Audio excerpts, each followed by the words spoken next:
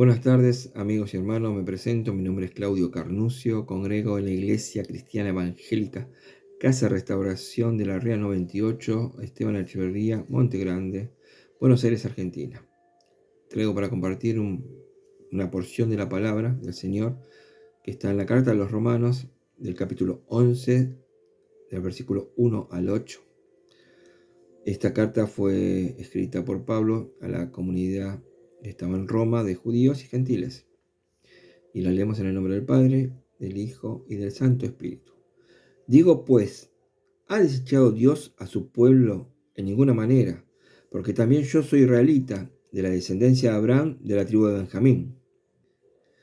¿No ha desechado Dios a su pueblo, al cual desde antes conoció, o no sabéis que dice de Elías la Escritura, como invocando a Dios contra Israel, diciendo: Señor, a tu profeta ha dado muerte, y tus altares han derribado, y solo yo he quedado, y procuran matarme? Pero, ¿qué le dice la divina respuesta? Me he reservado 7.000 hombres que no han doblado las rodillas delante de Baal. Y así también aún en este tiempo ha quedado un remanente escogido por gracia.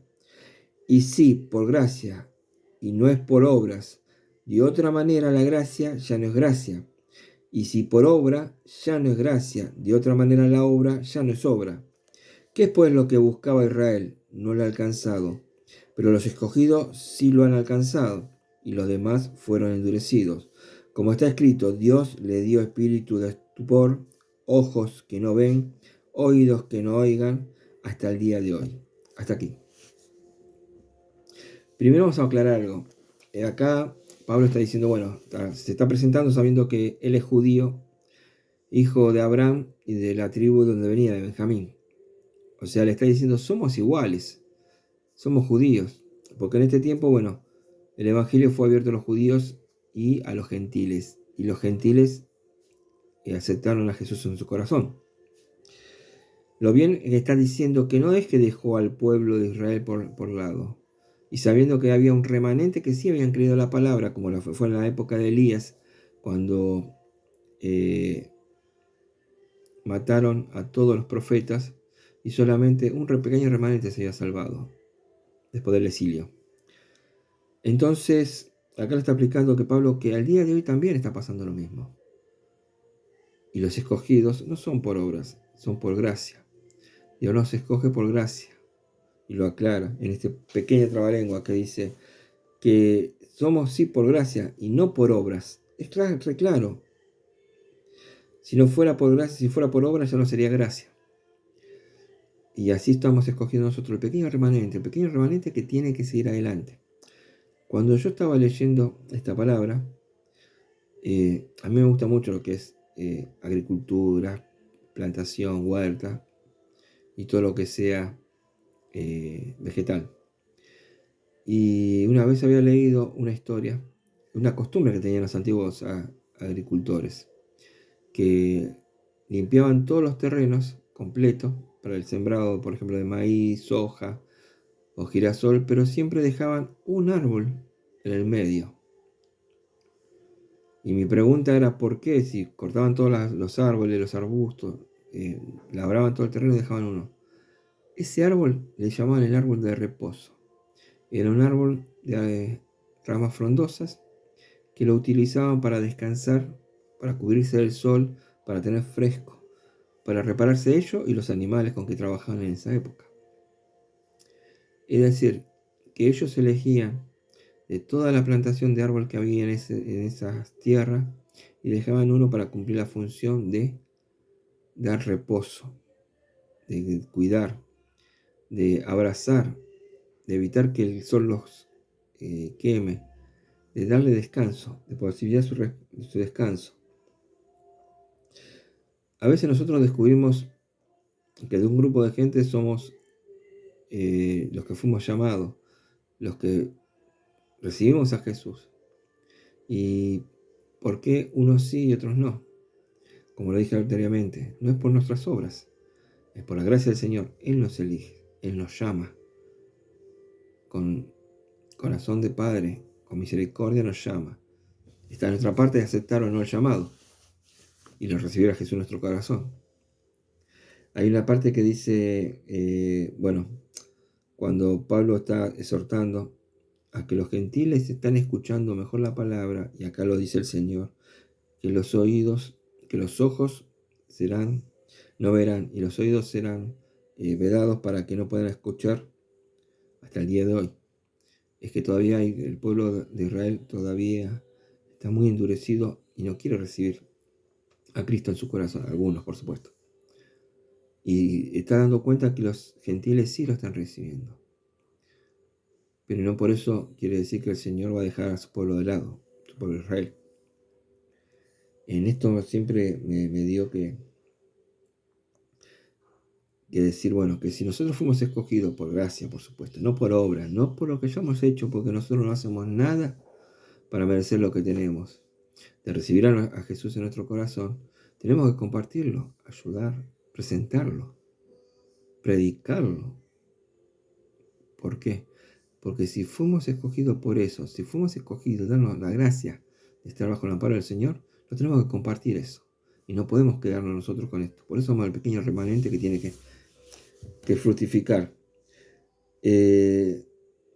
Por ejemplo, si quedamos en pie mientras otros caen, tenemos que levantarnos para predicar la palabra.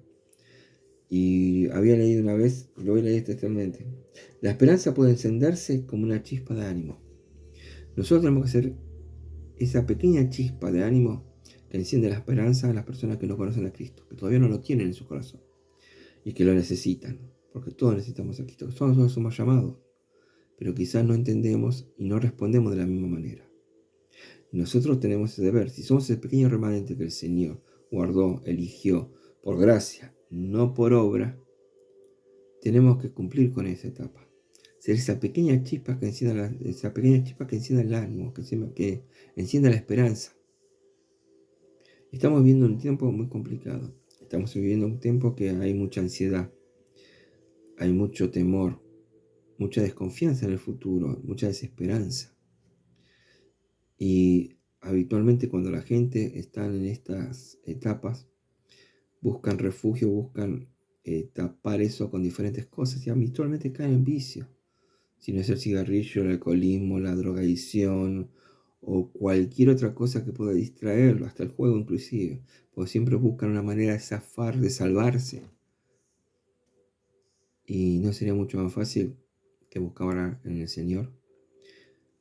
Pero a veces no lo tienen al alcance de la mano. Tenemos que nosotros alcanzarle esa palabra, ese presentarle, decirle, yo conozco una solución, yo conozco a alguien que pueda sacarte de este momento. Es nuestro Señor Jesucristo. Te lo presento. Recibirlo en tu corazón para que pueda sacarte de todo esto, de salir de este desánimo, esta falta de futuro, el miedo al porvenir. Mucha gente está muy desesperada en este momento, por diferentes situaciones del país, del mundo incluso. Hay muchas partes del mundo que están en guerra, muchas partes del mundo que están pasando hambre, cambio de gobiernos, sometimiento por diferentes culturas o políticas. Y incluso religiones que son muy extremistas, que no aceptan otra que la suya, al punto de llevar a una persona a la muerte. Así que nosotros tenemos que estar agradecidos, los que vivimos en este país, que tenemos la posibilidad todavía de predicar la palabra libremente, congregarnos, expresar nuestro sentir por cualquier tipo de medio, incluso electrónico. Y nadie nos está prohibiendo nada. No perdamos esa oportunidad de predicar. Si somos ese pequeño remanente, porque tenemos una función. Asumamos nuestra responsabilidad y actuemos en consecuencia. No nos quedemos con de brazos concentrados así, esperando que pasen las cosas. Cada uno tiene una forma de predicar la palabra por intermedio de las redes, un comentario, una palabra, una oración. Pero no nos quedemos con eso. El tiempo se acorta. Dios viene a buscarnos pronto. Y no tenemos que quedarnos quietitos. Lo vuelvo a repetir. La esperanza puede encenderse con una chispa de ánimo. Tenemos que hacer esa chispa de ánimo para encender esa esperanza que las personas están perdiendo. ¿Y cómo es la esperanza? ¿Qué trae la esperanza? ¿Qué aumenta la fe? recibir a Jesús en su corazón. Ahora partamos de esto. Si los que están escuchando este video hay alguien que aún no ha recibido a Jesús en su corazón, quiere vivir de esta manera por gracia, seguir en el camino del Evangelio, y ya no tener más desesperanza, ni preocuparse, ni nada. Y no es que estoy vendiendo solamente bienestar, sino que estoy vendiendo la vida eterna. Estoy predicando la vida eterna que es a través de nuestro Señor Jesucristo. Los invito a hacer una oración. Que esta oración tiene que ser sincera, con un arrepentimiento real de lo que hemos cometido, porque Dios nos va a perdonar todos los pecados. Pero sí, tenemos la firme convicción de que vamos a empezar a realizar un cambio a partir de este momento. Si es así, los invito a hacer una breve oración. Señor Jesús, te recibo en mi corazón como mi único y suficiente Salvador. Te pido perdón por todos mis pecados y a partir de hoy quiero que seas el Señor de mi vida. Amén. Hermanos, amigos, esta es la palabra que quería compartir con ustedes.